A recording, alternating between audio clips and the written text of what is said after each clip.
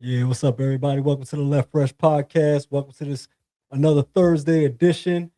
Hope everyone's having a great week. Hope everyone had a great conclusion to last week. From the last episode we spoke, um, got a great sports episode lined up for you all. Typically, it's on a Wednesday. When it's Thursday, for we all know why. We'll get into that in just a minute. But if you're on for the first time, I want to encourage you to subscribe, like, share, comment, tell a friend to tell a friend. Welcome to the Left Fresh podcast. You can find me on Instagram at This Is Left Fresh. You can find me on TikTok at This Is Left Fresh. But yeah, without further ado, let's get into it. Like I said, Wednesdays are typically the sports night, but of course, last night is a great momentous occasion, just like the week before, to not have the live live on Wednesday, have it on Thursday to discuss the game that took place last night. And boy, was it a game! I hope you all saw it, or if you probably, if you didn't see it, you more likely heard about it right now. It's been buzzing all day on all sports media outlets for all the sports fans to talk about. Man, I mean, that was a crazy game. Yeah, man. Listen, I can't condone a lot of behavior that a lot of New York Knicks fans are doing. Me as a Knicks fan, I don't do some of this maniac stuff that many New York fans do. I just kind of settle on through the heartbreak of many years of my existence, watching the Knicks go to the playoffs, fall short, or just be in the lottery. Just kind of just short, bleak years of existence for the New York Knicks fan base. Like I said, I don't justify a lot of the behavior that they do or engage in. It's not particularly me. I just kind of cheer for the team and go the other way. Most importantly, I'm a fan of basketball. Most importantly, I'm gonna follow basketball whether the Knicks are doing well or not. But yeah, welcome on, Dwayne. Like I said, I can't condone what Knicks fans' actions are, but at the same time, it was a big win for the team. Great resolve, great grit, comeback. Um, Crazy. I mean, crazy game last night. You look at the bracket. You can see now the Knicks have a comfortable 3-1 lead over the San Antonio Spurs. A lot of games that came down to the wire, but a lot of big leads in between, blown leads, and none bigger blown than last night. Last night was the most egregious double-digit blown lead that the Spurs have had. If you look at the previous games in the series, I mean, game one, they blew a 14-point lead. Game two, blew a 12-point lead. Game four, blew a 29-point lead. Eesh. Last night yeah, that was the culmination of it all right there. I mean, the Spurs on Monday, they came off a big win. Close win is that. Um, like I said, big lead again. Knicks kind of cut into it, made it a game. And, the Spurs played pretty well on the road starting out. And, what I'm saying, they closed game three on Monday pretty well. Stephon Castle hit a big three-pointer, hit some clutch free throws that closed the game, iced the game and everything. And they caught within one game, and it was down 2-1. One more game in the Garden, and I mean, the first half looked like they were even better. They figured it out. I mean, that first half looked like the Spurs definitely had the Knicks figured out. By halftime, it was 72-49 with less than 10 minutes to go in the third quarter. You see, they were up 29, 81-52, and I mean, the run that the Knicks went on was kind of unexplainable. I mean, on both ends, the Knicks rallied together and looked a whole lot better than they did in the second half. I mean, looked better than they did in the first half. The Spurs, I mean, the Spurs set a record for 14 threes in the first half. That's an NBA record. And I was watching the game, and I'm like, this lead looks crazy. I mean, I'm not doubting the Knicks can cut a lead. I said that, but I mean, 29 points was egregious. And the Spurs were hitting the shots in the first half, and I'm like, can they keep that up though? I mean, 14 threes is a lot. I mean, a lot to ask for. And I mean, they made good on them. They were firing them up. And I mean, you see the MSG crowd just drain Chris Rock and Adam Sandler and Jerry Seinfeld, everybody just looking just, deflated. And then in the second half, it was just a tale of two halves, literally. I mean, the Spurs just went cold from three. I mean, couldn't buy three in the second half. I mean, wide open looks and everything like that. I mean, and then the Knicks, all of a sudden, at first the Knicks couldn't buy baskets still. Like the Spurs had a big lead. They were still up by 20, 17, and maybe 15, and it held steady for like a couple of minutes because the Knicks couldn't buy a basket at first. I mean, Spurs defense was still holding up. But then the Spurs just let the Knicks off the hook with so many three-point attempts. I mean, they got the ball back after the stop. They fired up another three. They missed. The Knicks came back. They took turns missing at one point. It's like a standoff. It was like a scoring drop between both sides. And then the Knicks started making shots, and the Spurs just never really recovered. And I mean, you see the sports media outlets, you see everybody today talking about how can the Spurs let this game happen. You know, the Knicks, of course, getting their credit for rallying, but the Spurs are also getting a lot of scrutiny for how can they let this game go. And I mean, many rational thinking heads are saying, "Hey, this is a young team," and everybody's like, "No, I'm not trying to hear that. I'm not trying to hear that. That's a big lead." But realistically, this is what everybody was worried about when it came to the Spurs. I mean, this was the only worry you really had about the Spurs. I mean, this team won a lot of games in the regular season. They looked complete in the regular season, one of the best defensive teams. Um, Still look pretty good defensively for the most part until the end of the game. But it's just like I think the Knicks got into a rhythm of just moving the ball around, and which is really what the Knicks needed to do. First half, it was a lot of Jalen Brunson, a lot of Brunson ball, a lot of ISO ball, not a lot of ball movement, and that kind of just lets Victor off the hook defensively because it's easy for him to recover and get back to the basket and help defense and deter shots. But if the ball is moving around and shots and everyone's getting good looks, and you got Victor stretching everywhere to defend and rotate, then you got a better chance at attacking the basket and getting into the lane and everything. Um, Once Brunson started getting going and OG started getting going, and even Cat, finally got some points in the fourth quarter after, the last couple of fourth quarters, he hasn't put up any points. But once he started getting going, you start seeing Wimby start getting away from the basket a little more to help out and everything. And then that's when the lanes and everything else started opening. And then, of course, I mean, the biggest tip in lay in, possibly if the Knicks finish this series, that's the biggest tip in lay in NBA history. If not, it was already one of them. I mean, the way OG and Anunoby got up in the air and tipped in that deflection off of Jalen Brunson miss. I mean, Jalen Brunson pulling up from almost 30 feet with Wimby and then De'Aaron Fox coming over to help out. We're gonna get to De'Aaron Fox in a minute, which kind of opened it up for OG to get to the lane where nobody boxing out to get that tip in. So I mean, yeah, it was just a crazy second half. I mean, the first half wasn't really much to write home about. I mean, the Spurs were just splattering the Knicks in the first half, and then in the second half, you just see the Spurs. I mean, I don't even.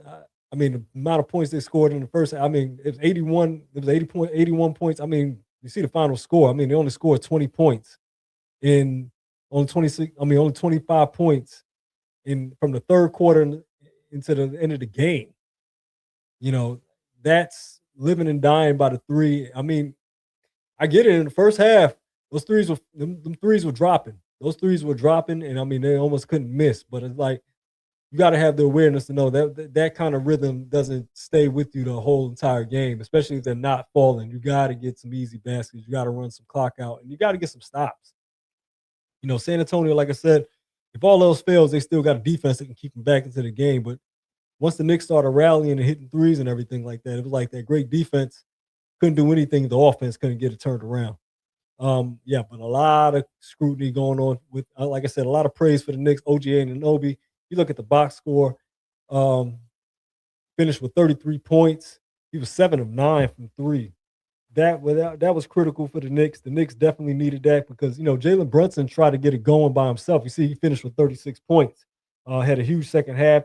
Shot 12 of 25, right under 50%. He had a great night though. 9-11 from the from the free throw line. He had 7 assists. Yeah, but OJ Anunoby was big time on both ends of the floor.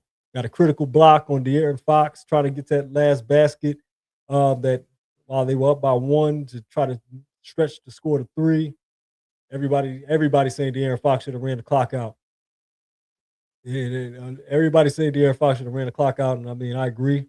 I understand that he was saying he was trying to move the score up by three to make him need a 3-pointer, but you know getting fouled. I mean, run the clock out. You run the clock you run time off the clock, and you can possibly hit free throws unless he was afraid of missing the free throws because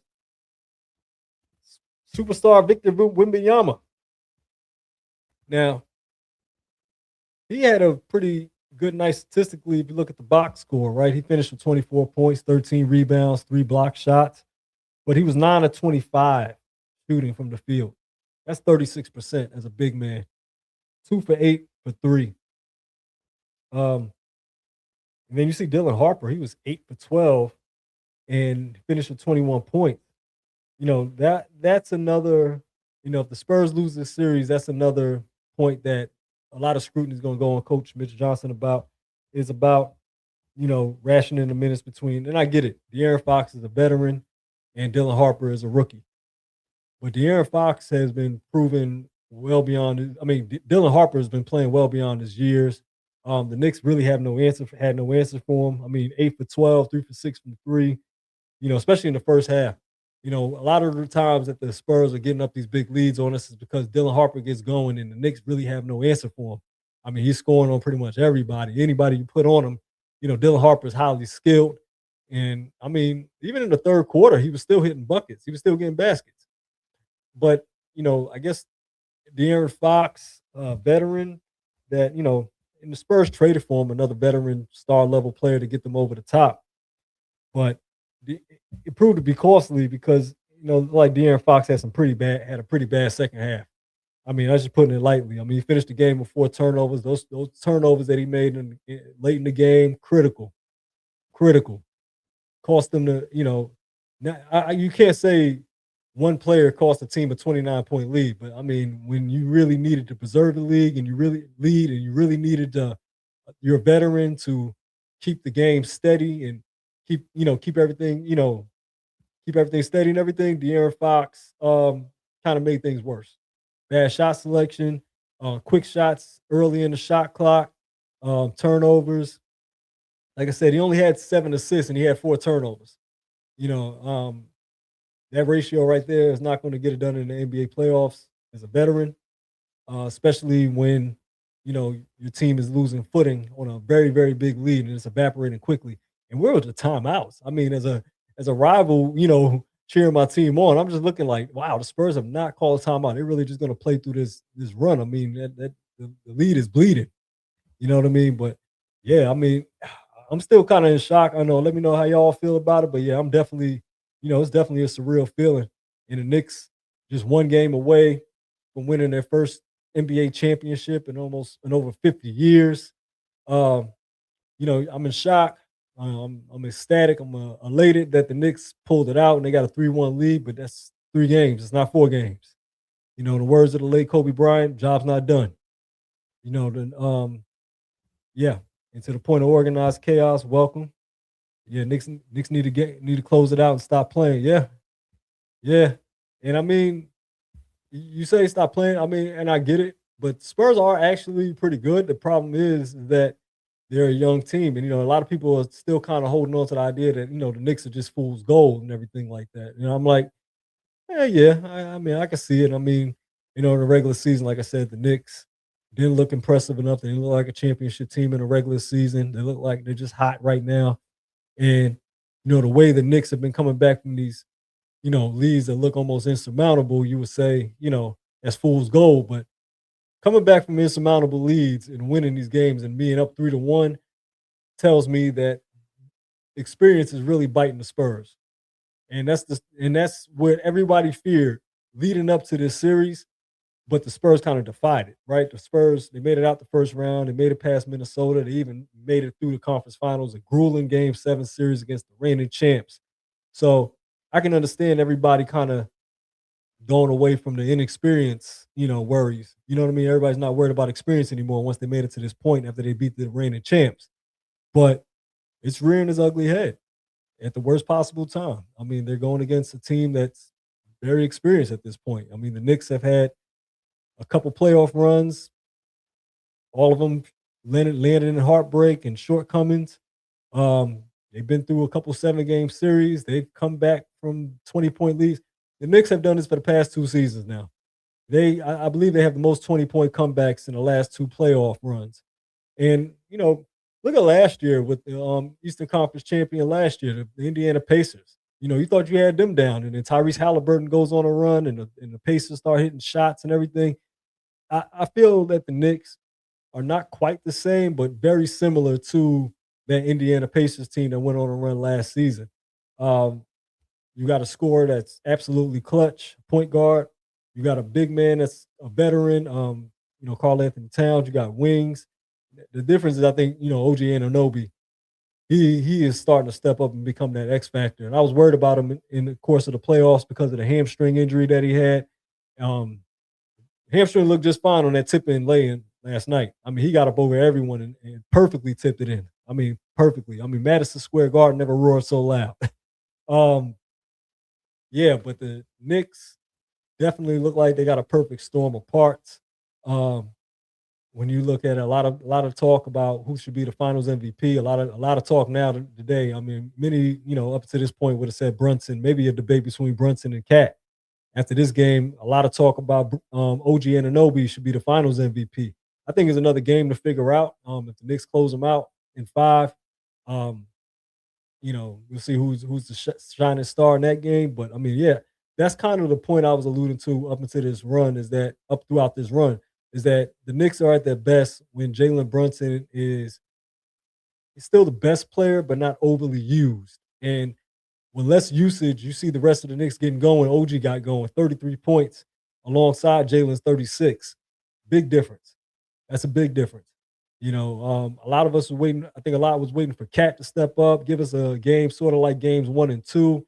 He's kind of tapered off a little bit. He's still contributing though, but not quite like 1 and 2, or not quite the Finals MVP type of performance, especially during yesterday's comeback. Jalen Brunson got it going. He was the one fighting and fighting and fighting, and then all of a sudden OG kicked it up, and then it was like a 2-man stretch where both of them were lighting it up, and then all of a sudden you see Cat get going a little bit. You see Jose Alvarado get going a little bit. The bench for the Knicks, Shamit, the bench for the Knicks has been critical as well. Like this has been like a complete rotation effort. And it's not just one little guy carrying the whole entire team, as like a lot of narratives are out there. Now everyone is seeing all the collective parts of this Knicks team come together. And you know, like I said, I don't think San Antonio was that much better than the Knicks coming into this series. I know it's a typical the West is better than the East narrative, but you know the Spurs are going to be a great team even next year. They're probably something to worry about next year, even the year after that.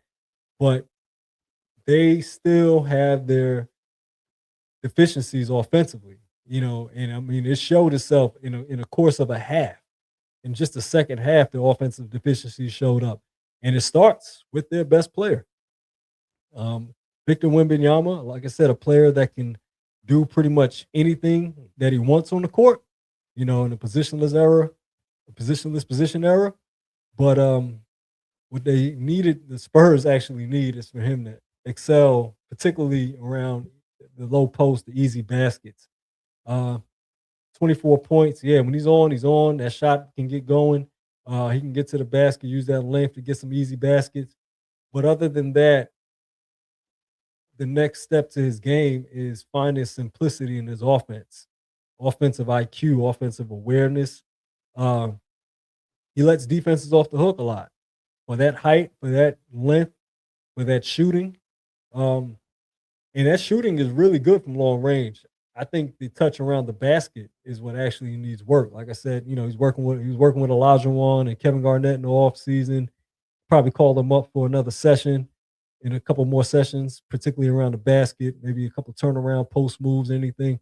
But as you can see during the meltdown, during the collapse, and during the Knicks comeback, when the ball got to Wemby, there wasn't much he really had that he really utilized other than pulling off for a jumper. I mean, he hit a few of them, but to keep the game somewhat manageable. But I mean, after a while, the Knicks were just gaining on him, and then after a while, he joined the rest of the team and just living and dying by the three. Which is, like I said, you got to have the coach.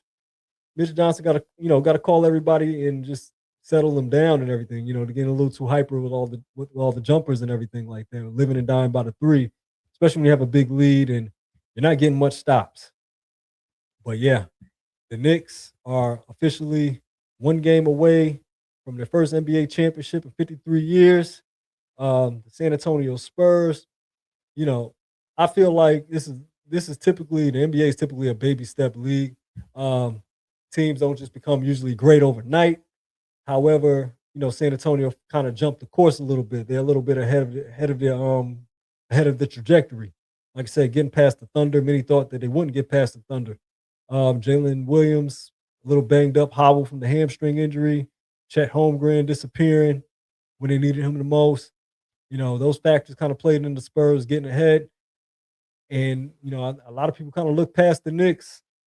It was the East. The teams they went against were bad. Yeah, but the Knicks were beating teams badly. Like the Knicks were beating teams badly. And even when you thought you had them, they mounted back these incredible spurts and runs and comebacks. Um, you got to play them all 4 quarters. And I think the Spurs were built to just, if they can't blow you out, they don't want to play you in a close game. Clock management, you know, the lack of a real closer. De'Aaron Fox, he was a bit of a closer in Sacramento. De'Aaron Fox was a bit of a closer in Sacramento, so I understand why they had so much trust in him.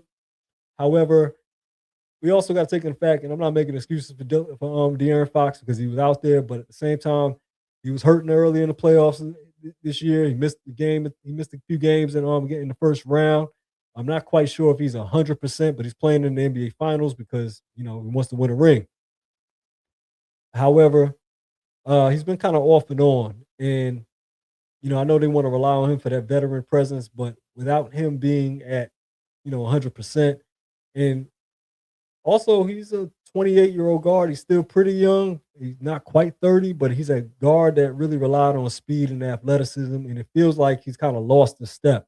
And if De'Aaron Fox doesn't really, he's an athletic point guard. He's really fast. He's typically known for speed. And if he's not really blowing by defenders, and I feel like he still had the speed a little bit, he still had the quickness, but there's a little bit of a step that De'Aaron Fox lost over the years. I think that athletic point guards typically don't have much longevity, and he can hit the jumper. You can't just leave him alone, but he doesn't have the type of jump shooting that's always been reliable. He's more been of an athletic point guard. So, the Spurs really were kind of best suited to go with Dylan Harper. Um, the rest of the shooters didn't really get on either. Like I said, they put everything into the first half. A lot of those shots weren't falling. And I mean, it was pretty rough. I mean, it was definitely pretty rough in that second half. It was great for me as a Knicks fan. It was great for me. But yeah, it was definitely rough. I mean, it was rough for me in the first half.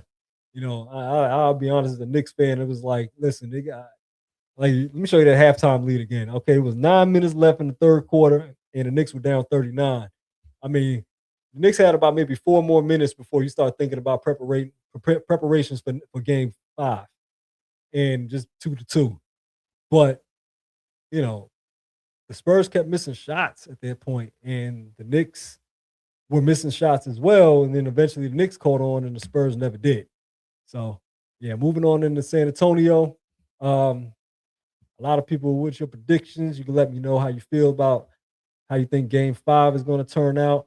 Do you think the Spurs can bounce back from such a monumental collapse? I'm going to be honest, in my observations, in my honest opinion, I've said that no. A team that young, that is really that built on kind of just blowing teams out as opposed to, playing close games, finishing and closing. I feel like they kind of put their all into beating the Knicks without letting them get into close games because I don't think there's anybody on the Spurs as clutch as Jalen Brunson or, just they can't close as well in the fourth quarter as the Knicks can. I mean, that's just the lack of experience. They finished game 3. Stephon Castle hit a huge shot a clutch shot that kind of won in the mill and hit clutch free throws to ice the game. That didn't happen this game. Victor missed clutch free throws. Spurs couldn't buy a 3. De'Aaron Fox, made a lapse in judgment, not running out more clock. Yeah, this is going to be tough for them to overcome. I mean, and then going in there, I mean, what kind of adjustments can you make going into game 5? I mean, I know you're in San Antonio, and I mean, it's tough for the Knicks. It's going to be tough for my Knicks to go in there in San Antonio and win 3 straight. But I think the momentum from that comeback and a little bit of rest from it can give the Knicks, and I think the Knicks still have that urgency. When OG interviewed after the game, he wasn't too high, wasn't too low. He's like, you still got one more game to go. And that's the type of urgency you need. A team that's ready to go out there and close the deal. You can't leave a game for granted in the NBA thinking, oh, we still up 3-1, 3-1 leads. I know LeBron's the only one that overcame a 3-1 lead in the finals, but in the playoffs, 3-1 leads these days become less and less meaningful these days. I mean, you got to execute, you got to close it out. And I do think the Knicks are capable of doing such. They're playing inspired basketball. They're probably off a high from that comeback, and they're only one game away. The Spurs, it's going to take a lot to overcome that monumental collapse and then win 3 more games, or at least get it back to Game 7. So, I mean, my prediction and my hope is that the Knicks close this out.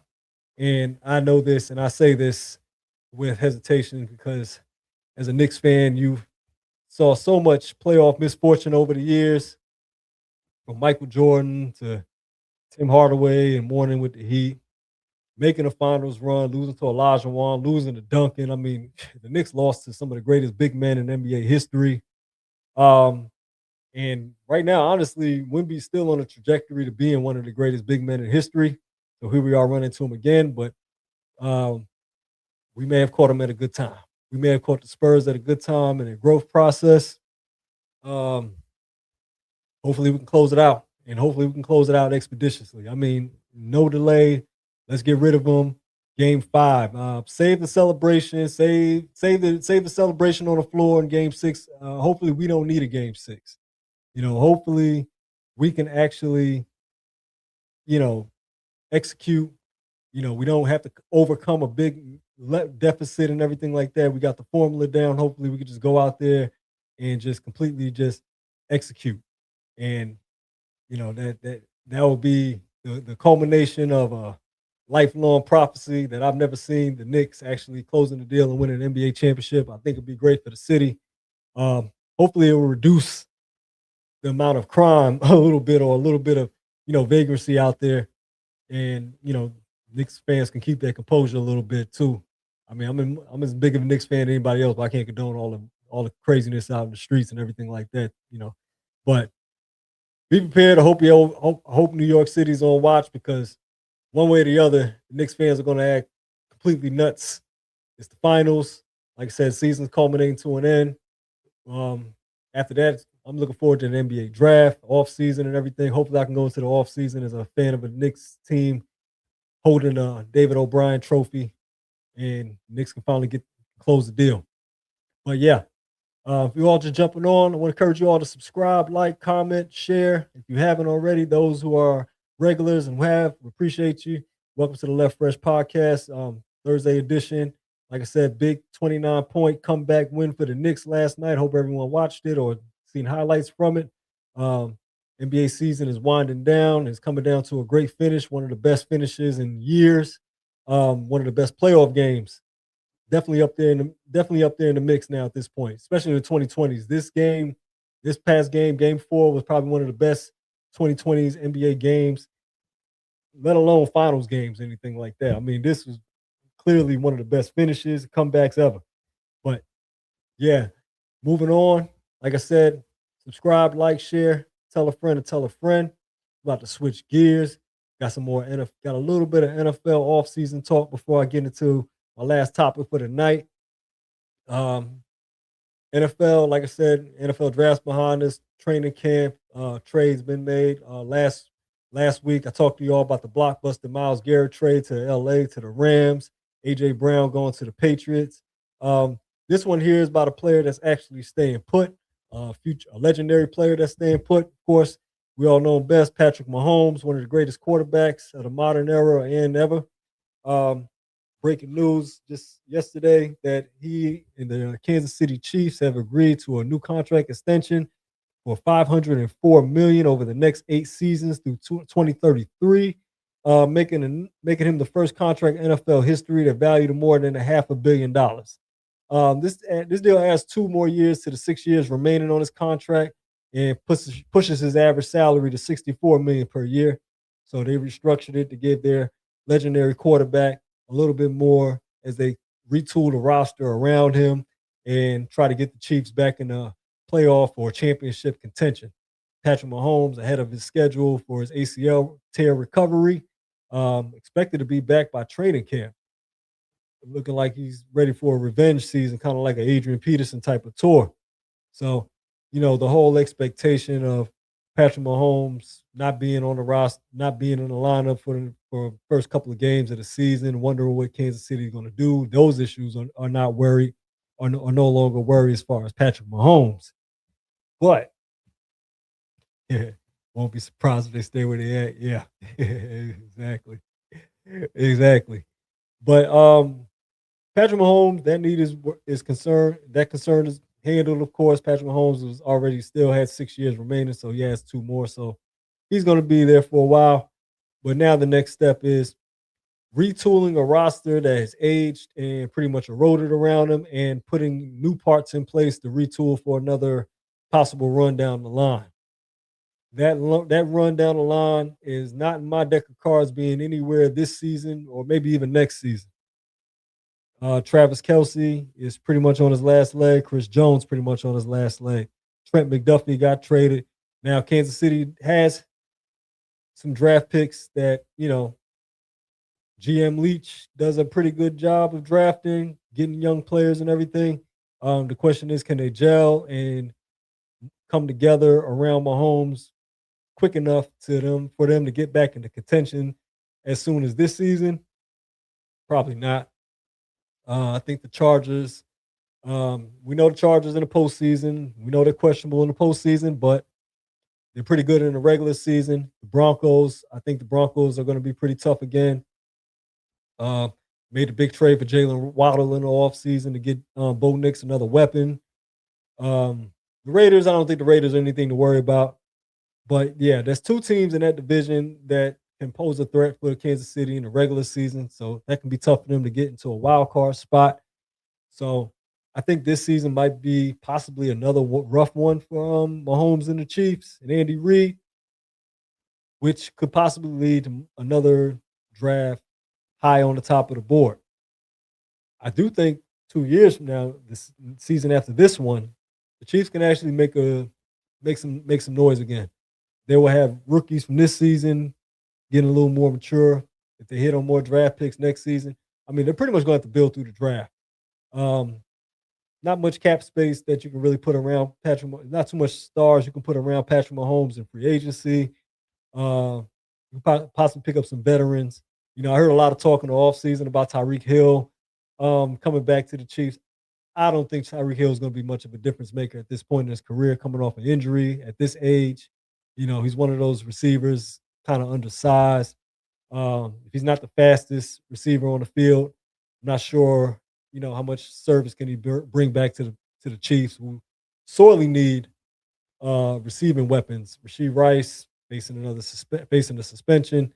Um, I don't think the Chiefs are an overnight fix by, bringing Mahomes back. I don't think they're a Mahomes away from getting back into the Super Bowl fold.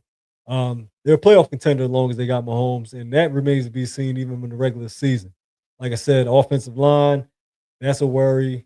They did get Kenneth Walker the third, Super Bowl MVP. That can be something for them. I mean, they definitely sorely needed a running game. And getting Patrick Mahomes back, starting with Kenneth Walker the third, that can possibly do something for them. But I think the Chiefs are maybe a year away still. Patrick Mahomes coming back from injury, Chiefs coming back this year. I don't think that's a easy fix overnight. Like I said, I think the division alone is pretty tough. I think the AFC is only going to get better. And even if I think the NFC is pretty much loaded, the NFC West is not going anywhere. The Seahawks, I know they lost the running back, but they got another one. Running backs are pretty expendable. And their defense probably lost a few parts, but I mean, I think they're going to come back pretty strong as well. And then the Rams, of course, coming in a new season with Myles Garrett and Trent McDuffie on that defense as well. I mean, it's going to be a tough sled to get Patrick Mahomes back to the Super Bowl, but making sure your star quarterback, your legendary quarterback, gets paid is an important part of it. So that's one off-season event that I wanted to discuss, of course, and perspectives on next season. Another NFL topic that I ran across over there in Minnesota, the Minnesota Vikings quarterback, newly signed quarterback, Kyler Murray, who just joined them from the Arizona Cardinals, letting them go in the offseason, discussed his difficulties or reservations about splitting reps with last year's starter, J.J. McCarthy, who had some inconsistent play, riddled with injuries as well. Um, they're now in training camp. Looks like they're splitting reps with each other. And Vikings quarterback Kyler Murray doesn't appear to be too happy about it. Um, not necessarily saying he was not happy, just saying it's pretty difficult. His quote, I think the toughest part is, again, I was there in Arizona for 7 years. I know I had two different offensive systems, but at the same time, you're getting all those reps, now having to split reps, me already being behind, not getting the amount of reps that you would typically want a guy to get learning an offense. That's probably the toughest part. Coming into a new system, learning on the fly, trying to play fast, efficient, let it loose while learning. That's the toughest part. Yeah, because you see in camp, apparently a couple of reps that they seen with Kyler Murray through interception. I think two interceptions, but he expressed his, how difficult it is learning this new system while splitting reps with JJ McCarthy. And honestly, I guess in many eyes, Kyler Murray would come to Minnesota, be an immediate upgrade at quarterback that, just off of what he's what he was brought in to do in Arizona and what he did in his high point of his career. And I guess coming into Minnesota, many would feel that he would come in there, he would be a instant consideration for starting.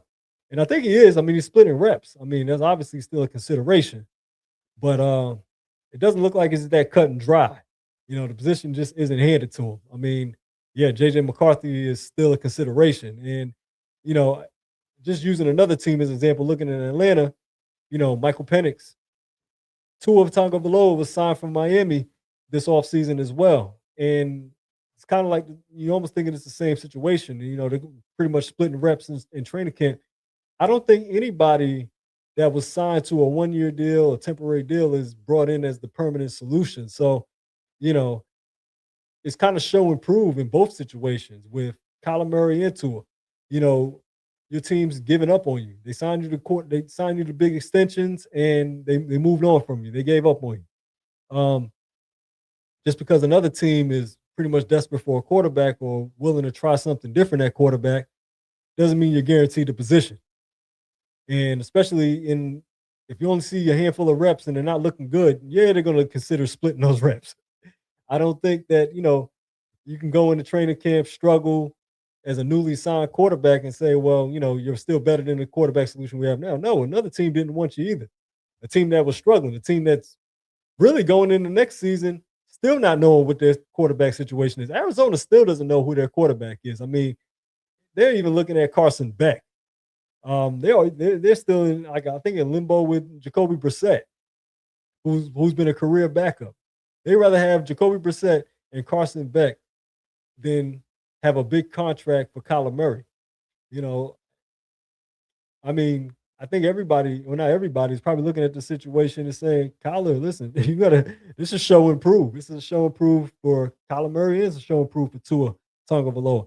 And honestly, this is kind of like, hearing Kyler Murray express those kind of grievances is more or less why Arizona was willing to part ways with him. I mean, you know, it got it got to a peak with the Washington Commanders now offensive coordinator, Kingsbury, who was the head coach when Kyler Murray had his best season. But then, Kyler Murray gets hurt.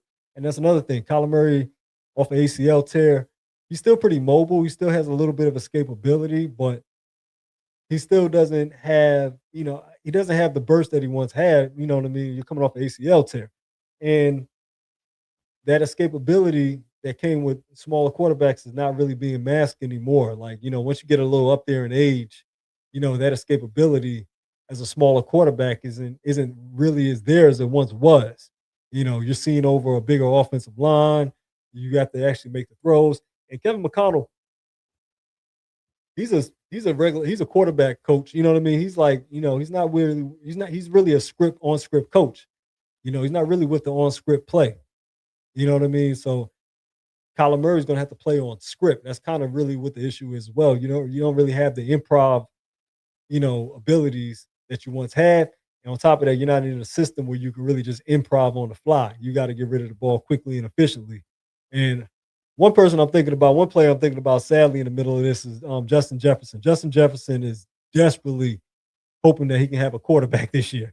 JJ McCarthy's quarterback play was so limited that it affected Justin Jefferson's play as well. I mean, Justin Jefferson still played as best as he could, but having a quarterback that can't get you the ball, I mean, Justin is just like, please, I don't care who's getting this. I don't care how many reps you're getting. Somebody give me the ball, please, or get me out of Minnesota.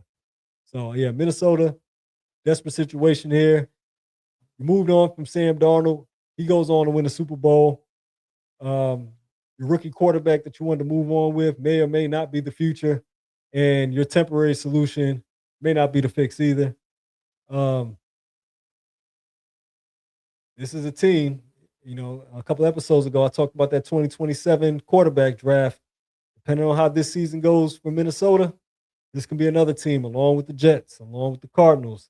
If the Falcons don't have a competitive season, they can also be in a mix for a quarterback as well. A lot of teams are putting cores together, especially in the NFC. A lot of teams got cores in place, that pretty much feel like they're a quarterback away, just some sort of sustainable quarterback play away from competing. And next year's quarterback draft, if these temporary solutions or the quarterbacks they drafted don't work out, we can actually see them going in that direction as well, depending on how the quarterbacks do throughout the course of the college season, of course. But yeah, that's where the NFL talk is at this point. Last topic of the night.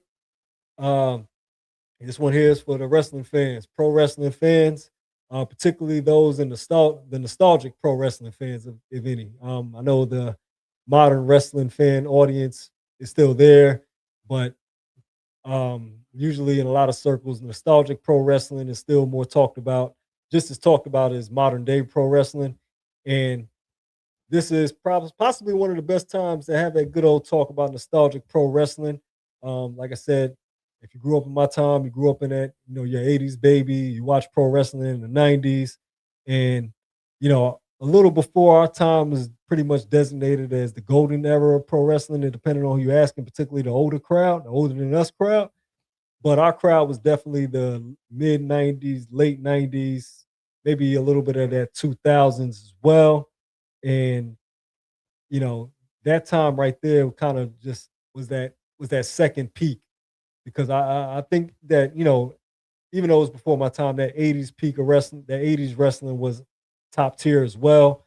That was one of the peaks, the golden eras of pro wrestling. But I think the 90s kind of came across another big peak.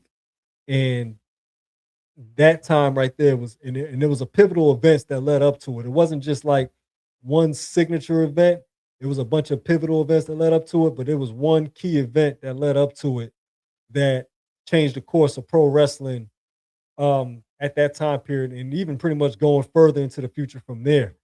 So yeah, it was definitely a time to be had. And the reason why I decided to discuss it now, well, is because we're coming up on a 30-year anniversary of a particular moment in pro wrestling history. Like I said, that changed the course.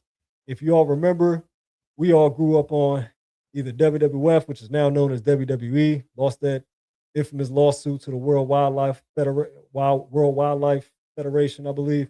But yeah, WWF, now WWE, in the heyday WWF, and then the rival company, the rival promotion, WCW. That's right. And both were pretty much national, of course, were nationwide, but at the same time, it still had a regional feel when it came to WCW. Me, myself, born and raised in the Bronx, but moving to Georgia at a pretty young age. I was always a pro wrestling fan as a kid.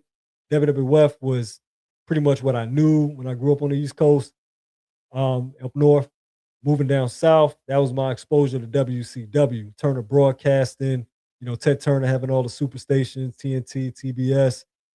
There was a couple stations And also, I was still young enough to see like the last of the territories, other promotions, smaller promotions that eventually either ran out of business by WWF or bought up. Eventually, of course, we all know that WCW will be bought by WWF in 2001.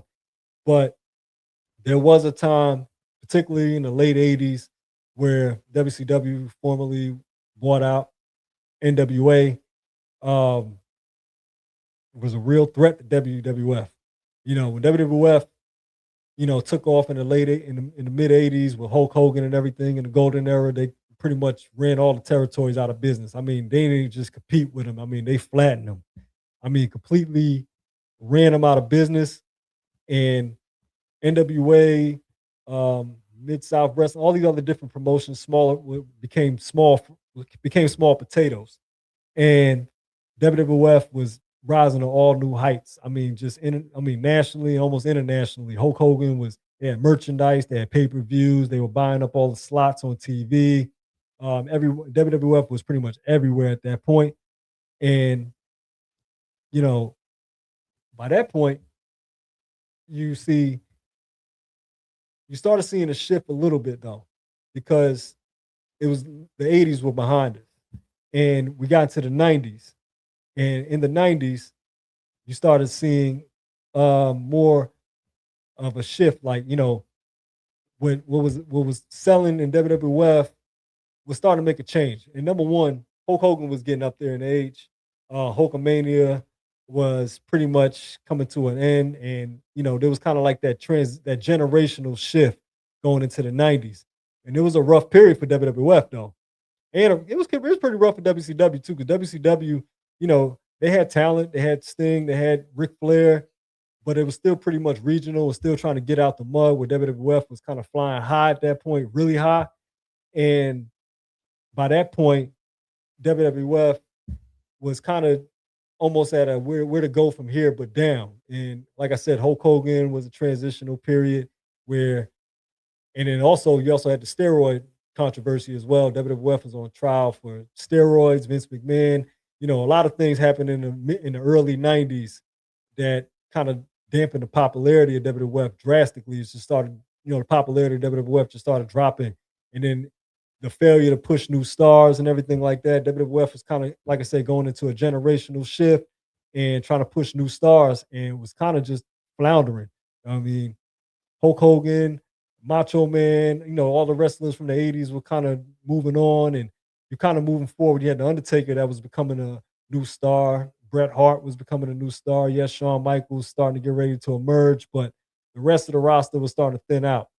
And then, coming up with different character names for Vince McMahon to sell became more of a difficulty because, fans started really just growing out of, like I said, the cartoonish like gimmicks and everything like that. And, you know, storylines was starting to get kind of weak. They didn't really have any other, anything creative to come up with to push new stars. So, they try to find different prototypes. And then Vince McMahon was kind of just struggling between trying to keep up with the old era or adapt to the new era. And then, of course, like I said, he had a steroid trial. So the big swole comic book character looking wrestlers that he had, he really couldn't do anything with those because he was basically on trial for steroids.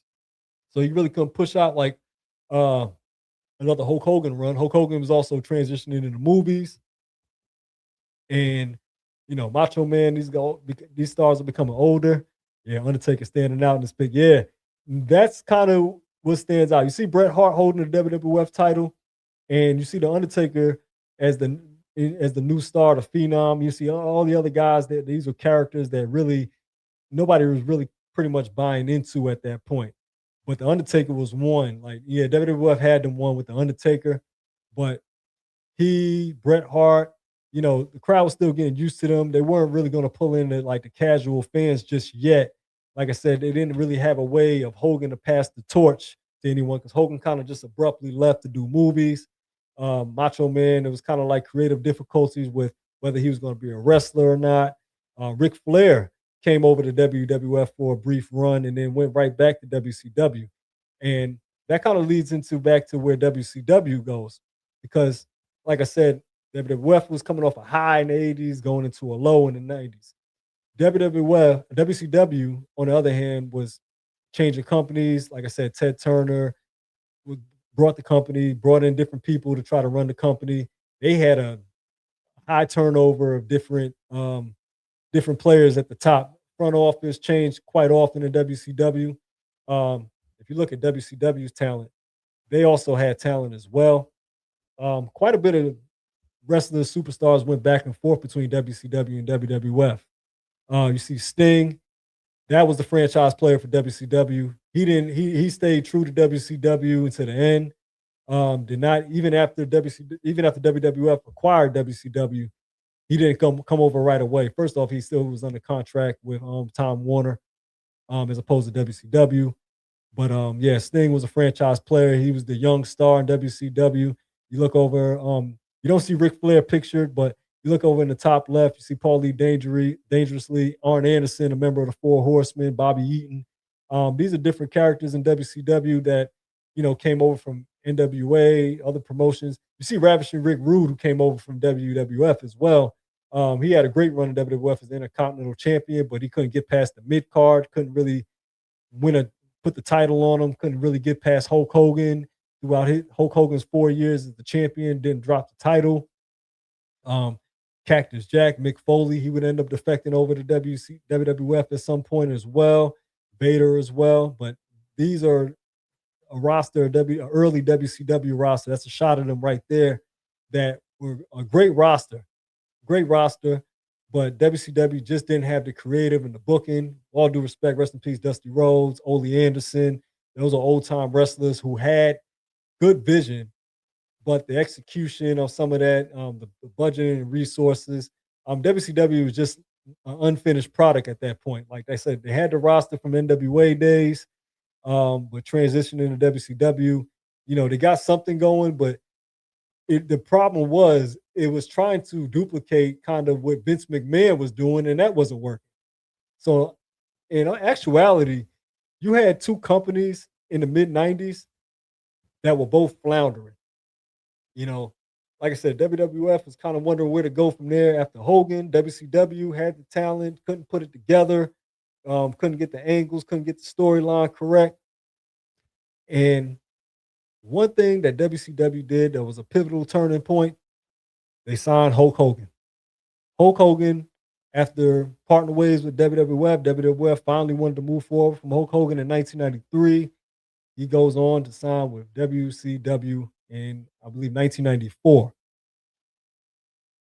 Macho Man joins him, and all of a sudden WCW got star power on their roster. Like Hulk Hogan, big time name, household name. WCW, like I said, was a great regional promotion, but Hulk Hogan really put them more like a national eye, as it should. Hulk Hogan, big time name. Held WWF down for so long. Jumping to WCW was definitely the move they needed. Eric Bischoff was one of the big time operation managers of WCW at that time, working under Ted Turner. Made the move, opened up the big checkbook, opened up the wallet, broke out the Brinks truck to bring Hulk Hogan there. Brought in Macho Man Randy Savage. Yeah, what's going on? All about LT. What's going on, Warren Terry? Yeah, man. Sting, definitely, like I said, franchise player. You look at that roster right there. That roster was stacked. I mean, if you're an OG wrestling fan, you got Sting, you got Dusty Rhodes' son, Barry Windham, you got generational talent. You got Big Van Vader. He was a big time monster heel during that time. Cactus Jack. They had great matches. And a lot of people were not going to notice that guy on the very lower right, in that right hand corner on the lower part. That stunning Steve Austin before Stone Cold Steve Austin. Stunning Steve Austin was a mid card in the WCW, gave us great matches against Ricky Steamboat in the lower middle part with Shane Douglas there. You see the Steiner brothers right there. Some great roster right there. WCW had a great roster. They just kind of they just found themselves kind of, bleach blonde Sting. Yeah. You know what I mean? He was the hero. He had classic matches with Lex Luger and, Ric Flair and Vader and everything like that. They had some great matches in WCW, and they had realistic characters or real names until they try to copy Vince's formula a little bit with the gimmicks and the different names. And different goofy names and characters and crazy storylines and matches and everything they try to create. WCW got a little ahead of itself. They had the they had the names, but they just couldn't put it together. They was kind of stuck in the same spot that Vince was at until they figured it out. They figured out the move before Vince did, and it left Vince in reaction mode until the late '90s.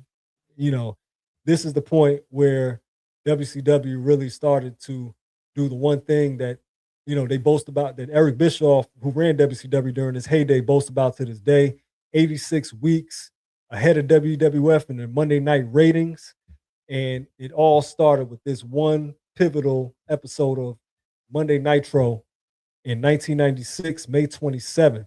A couple weeks ago was the year anniversary that Scott Hall, who was once Razor Ramon in WWF, defected over to WCW for more money. Eric Bischoff signed him and immediately made an impact. In the eyes of wrestling fans, especially us when we were younger, we really thought that a WWF wrestler came into WCW, walked in a ring, interrupted a match, picked up a microphone, and said, "You people know who I am, but you don't know why I'm here. And quote, you want a war, you're gonna get one." Scott Hall, and like I said, he was Razor Ramon in WWF up to this point. Nobody knew who he was. WCW, in kayfabe, of course, in kayfabe, that was like an invasion angle. But real life, Eric Bischoff was smart enough to sign a WWF star that was at the end of his contract, offering him more money, brought him over to WCW, and made a big statement and set it up like it was like almost WWF was invading them until everyone figured out what it was. Nobody knew what it was. He left the ring, security walked him out. Nobody knew what in the hell was Scott Hall or Razor Ramon talking about at that time. This was like I said, one of the greatest storylines in pro wrestling history. It got wore out over the years as WCW declined, but this right here changed the pace, which soon changed the face of pro wrestling, period. Yeah, this was in the midst of Channel 17 transitioning to WB, if I'm not mistaken. Yeah. This is when Monday Nitro really started going into TNT. Ted Turner wanted this on the primetime slot on the same time as Monday Night Raw. He wanted people to really, like, this is when you were switching channels from WWF to WCW almost at this point right here. This is when everybody's like, hold on, turn to this real quick. You know what I mean? Then turn back. Everybody night in and night out was changing back and forth. And then at one point, there was a time where the ratings were higher on the WCW side for like a year and some change, 86 weeks to be exact. But that was the anniversary a couple weeks ago of Scott Hall invading it. A couple weeks later, he comes back on WCW and he entertains that he's got a big surprise. And yesterday was the 30-year anniversary of that surprise. He brought Kevin Nash with him. Kevin Nash appeared on the episode yesterday, June 10th, 1996. Weeks after Scott Hall made his invasion episode, he introduces Kevin Nash as the soon-to-be second member of his crew that nobody knew anything of yet. And Kevin Nash gets up there, he snatches the mic from Eric Bischoff, who's in the picture looking petrified. And Kevin Nash makes the infamous quote, "You've been out here running your mouth for weeks saying this is where the big boys play." And he incorrectly said, listen to the adjective, play. Kevin Nash looked at him and said, "We ain't here to play." And then he makes a couple comical quirks about, WCW's roster. Like, they were looking for a fight. They wanted to smoke. They wanted to fight at the upcoming pay-per-view that was coming up, Bash at the Beach. And he said, "Yo, get 3 guys. Get your guys. Where your guys at, man?" And then he said a joke like, "You can't get a paleontologist to clear these guys." Because, WCW had a bunch of older stars from WWF that they signed, Hulk Hogan, Macho Man. He said, "Where's Hogan, huh? Filming another Thunder in Paradise or Blunder in Paradise.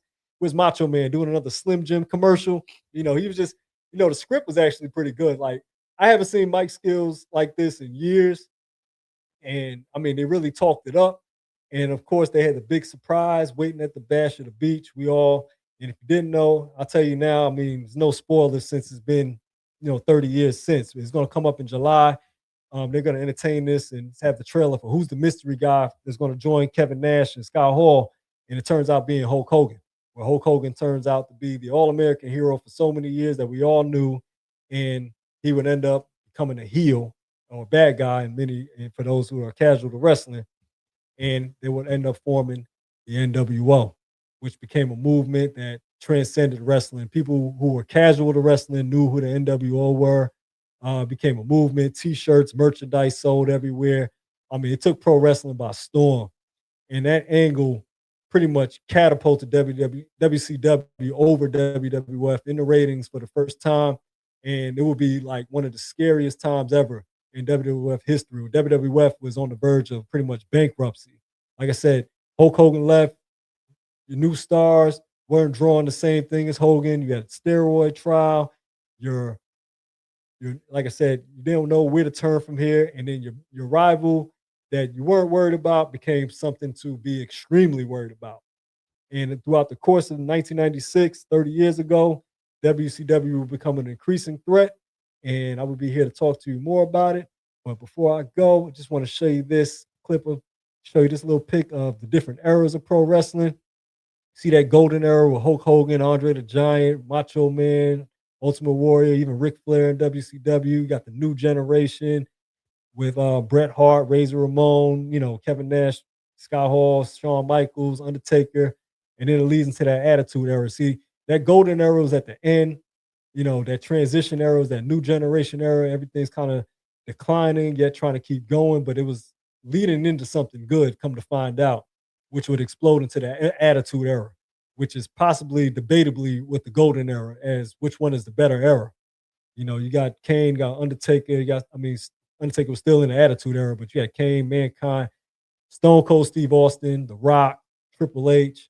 Stone Cold's gonna be an interesting aspect of the Monday Night Wars. I'll be back to talk more about this, especially now that the NBA season is kind of dying down and we're in the off season. There's just a lot of just transactions and different things. I'm gonna have this along with many other topics. You see that ruthless aggression era. I thought that was a pretty good era with Cena, Brock Lesnar, Kurt Angle, Randy Orton as well. Although kind of hard to go behind the Attitude Era. And then the other eras since then, the PG era, the reality era, you know, these are eras that still got talent, but like I said, you're on the heels of some great nostalgic pro wrestling. And, you know, I don't know, people really decided to get back into it. My kids follow it as well.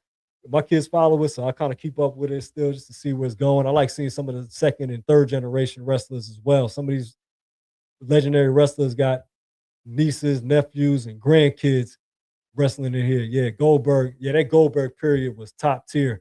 I think Goldberg prolonged WCW's decline because there was a point where everyone got too used to too used to the NWO angle, and I think Goldberg and that undefeated streak that he had 170 something wins was definitely kept WCW going, and it definitely was competing with WWF with Stone Cold and The Rock and everything as well. So yeah, Goldberg was most certainly an unsung hero in that period, and his longevity, his legendary name kept it going as well.